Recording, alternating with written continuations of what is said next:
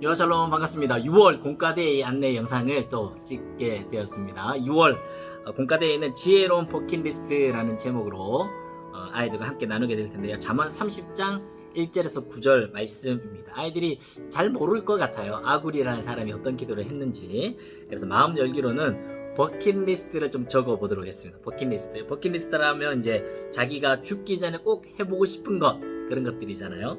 그런 것들을 좀 구체적으로 좀 적으면 좋겠어요. 추상적이지 않고 뭐 행복했으면 좋겠어요 이거 말고 좀 더 이렇게 할 수 있는 거, 구체적이고 또 현실적인 거, 또 행동으로 할 수 있는 것들을 좀 써볼 수 있도록 해보면 좋겠습니다. 저도 몇 개 써봤는데요. 저는 배의 왕자 만들기 불가능한 건가요? 배의 왕자 만들기 또는 요즘에 남자들이 요리를 많이 하잖아요. 그래서 너무 멋있는 거예요. 그래서 저도 그 세 가지 요리 정도는 좀 마스터하고 싶은 마음, 누군가에게 맛있게 좀 대접해 줄 수 있는 그런 마음이 좀 있는 것 같습니다. 또 나에 대한 가족에 대한 버킷리스트도 있는데, 저는 개인적으로 우리 세 아들들이랑 이제 차박 차가 아직 작은데 차박을 할 수 있도록 조치는 해놨어요. 그래서 2명 정도는 같이 잘 수 있거든요. 아이들이랑 같이 하루씩 차박을 좀 해보면 어떨까, 그 생각을 하나 하고 있고요. 또 제 마음속에 좀 아직 간직되고 있는 게 이스라엘의 목사님 총각 때, 제가 총각 때 이제 한 2주 정도 지냈었는데 너무 좋았던 기억이 있어서 우리 가족들이랑 같이 시간이 된다면 한 1년 정도 이스라엘에 한번 살아보고 싶다, 그런 마음이 있습니다. 또 교회에 대한 버킷리스트도 있는데요. 제 버킷리스트는 우리 서영고등부 모든 식구들이 함께 예배드리는 거. 물론 뭐 코로나 이전에 1부, 2부로 나눠서 같이 예배 드리기도 했고 수련회도 드렸었잖아요. 그와 같이 좀 어떤 재해나 이렇게 방해 없이 마음껏 하나님을 좀 예배할 수 있는 가장 큰 바람은 수련회 같은 그런 2박 3일 동안 또는 3박 4일 동안 함께 어우러져서 먹고 마시고 예배하고 땀 흘리고 서로를 축복하고 안아주고 울어주고 그런 예배를 다시 하고 싶다, 그 마음이 교회에 대한 버킷리스트로 있습니다. 아이들에게도 이 버킷리스트를 좀 자유롭게 좀 써보도록 해보고요. 또 한 가지씩 이야기하면서 재미있게 이런 꿈들이 있구나, 이렇게 좀 소회를 나눌 수 있으면 좋겠습니다. 버킷리스트를 하게 되면 좋은 점들이 있죠. 자신이 선호하고 좋아하는 것이 무엇인지 다시 한번 생각하게 되는 거죠. 그리고 내가 누구인지도 점검하게 되고요. 삶의 방향성과 구체성을 가질 수 있게 됩니다. 내가 어떤 삶을 살아야 할까? 또는 어떤 구체화되는 삶을 살아야 될까? 점검해 볼 수 있습니다. 그리고 이룰 수 있는 구체적인 꿈에 도전해서 그 작은 도전을 통해서 성취, 만족감을 맛볼 수 있다. 그래서 좀 현실지향적인, 그래서 가능한, 예를 들어서 뭐 대통령이 되겠다, 현실 가능하면 좋겠지만 좀 어렵지 않습니까? 그래서 좀 더 이렇게 작은, 내가 성취할 수 있는 것들을 한번 고민할 수 있으면 좋겠다는 생각이 듭니다. 말씀을 한번 들어가 보겠습니다. 지혜로운 사람 아굴은 죽음을 앞두고 인생의 마지막 순간에 하나님에게 2가지 소원을 구하고 있습니다. 그의 버킷리스트는 무엇인지 살펴봅시다. 1번입니다. 아굴은 자신을 다른 사람에 비하면 짐승이라고 비유하고 있어요. 그 이유는 무엇인가? 잠언 30장 2절 3절 말씀 보니까 자기 자신을 나는 짐승이라 내게는 사람의 총명이 없다라고 이야기해요. 이 사람은 진짜 막 지능이 떨어지는 사람일까요?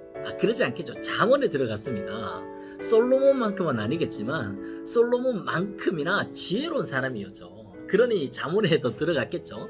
이 사람이 자기를 짐승이라고 표현하는 이유가 뭘까요? 나는 총명이 없다라고 표현하는 이유가 뭘까요? 이것은 인간의 보편적인 무지와 인간의 보편적인 무능력을 이야기하는 것입니다.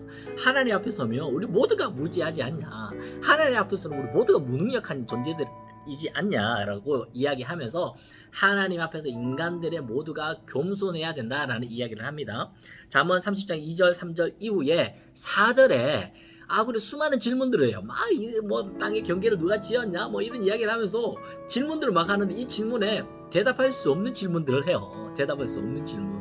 뭐 수학 공식 이야기하는 게 아니라 영어 단어 묻는 게 아니라 우리가 도저히 이해할 수 없는 그 질문들을 한다라는 것은 이 모든 것들에 대한 해답을 하나님이 갖고 계시다, 우리에게 없다, 우리의 무지와 무능력, 하나님 앞에서 겸손해야 된다라는 것을 그는 이야기하고 있는 것입니다. 즉 그는 자기 자신을 짐승이라고 표현하는 것은 하나님 제가 참 무지합니다. 이 말은 내가 막 진짜 바보입니다가 아니라 하나님 앞에 지혜를 구하는 그런 모습이지요. 그러면서 두 번째 아굴의 버킷리스트가 두 가지가 등장합니다. 아굴은 왜 이런 기도를 했느냐, 왜 이런 소원을 가졌느냐라고 질문하는데요.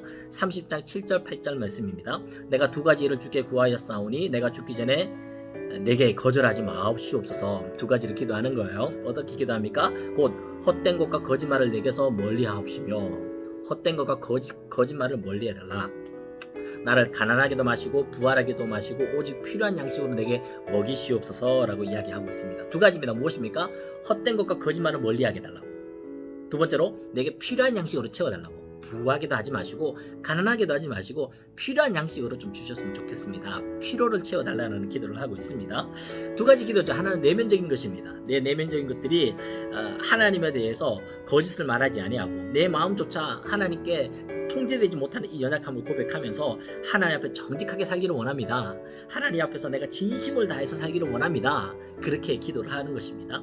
두 번째는요, 아까는 내면적인 것이었다면 이제 외면적인 것이에요. 외면적인 환경적인 요소로서 하나님 나에게 정해진 몫의 빵을 주십시오.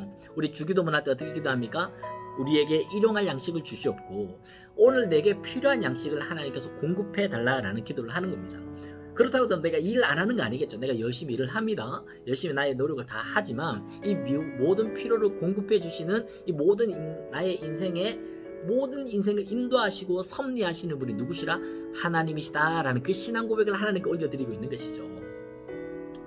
그리함을 통해서 자신의 내면적인 부분과 외면적인 필요들이 하나님의 인도하심을 받는, 하나님 앞에서 내가 과하지도 않고 부족하지도 않고 나에게 필요한 그 적절한 삶을 살아갈 수 있도록 하나님께 간구하고 있습니다. 세 번째로는 아굴의 기도 버킷리스트를 보고 어떤 생각이 드십니까? 혹시 우리 주변에 지혜롭지 못해 거짓말을 하는 사례, 또는 너무 부하여 하나님을 외면하거나 너무 가난하여 하나님의 이름을 욕되게 하는 사례가 있나요?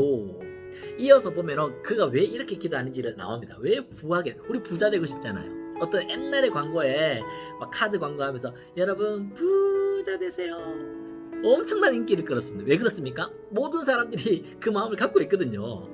부자 된다라는 표현이 옛날에는 좀 속된 표현, 어떻게 그런 말을 할 수 있지? 라고 하는데 그 광고 이후에 부자가 되고 싶은 모두에게 욕구가 있는데도 말하지 못했던 것들을 광고에서 대대적으로 해주니까 이게 막 축복의 말이 된 거예요. 부자 되세요, 부자 되세요.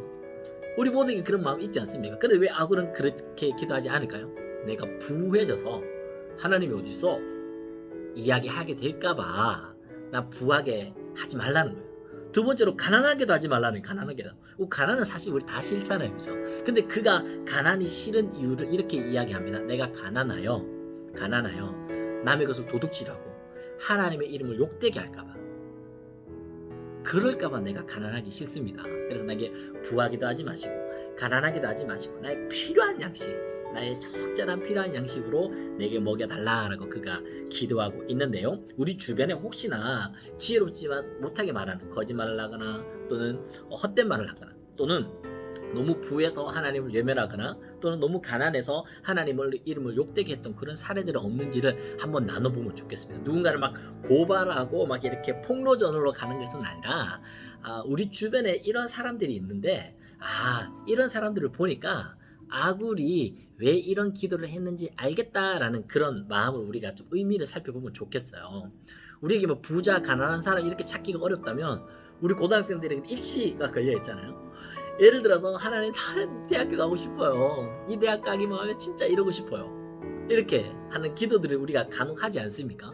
그랬을 때 나의 기대 이상으로 뭐 좋은 결과가 나왔을 때 그래서 너무 감사한데 오히려 그로 인하여서 하나님과 멀어진 케이스가 없는지, 또는 내가 기대하지 않았던 어떤 결과들을 나왔을 때 뭐 합격하지 못했거나 내가 가고 싶었던 학교를 가지 못하거나 뭐 재수나 반수나 뭐 이렇게 여러 내가 원하는 바를 이루지 못했을 때의 우리 심리 상태, 그때 하나님에 대한 외면, 하나님에 대한 어떤 그 뭐랄까요 반대 감정, 이런 것들이 없는지, 뭐 지금 우리가 당장 입시를 치르지는 않았겠지만 뭐 중요한 시험들이 있을 수도 있고요.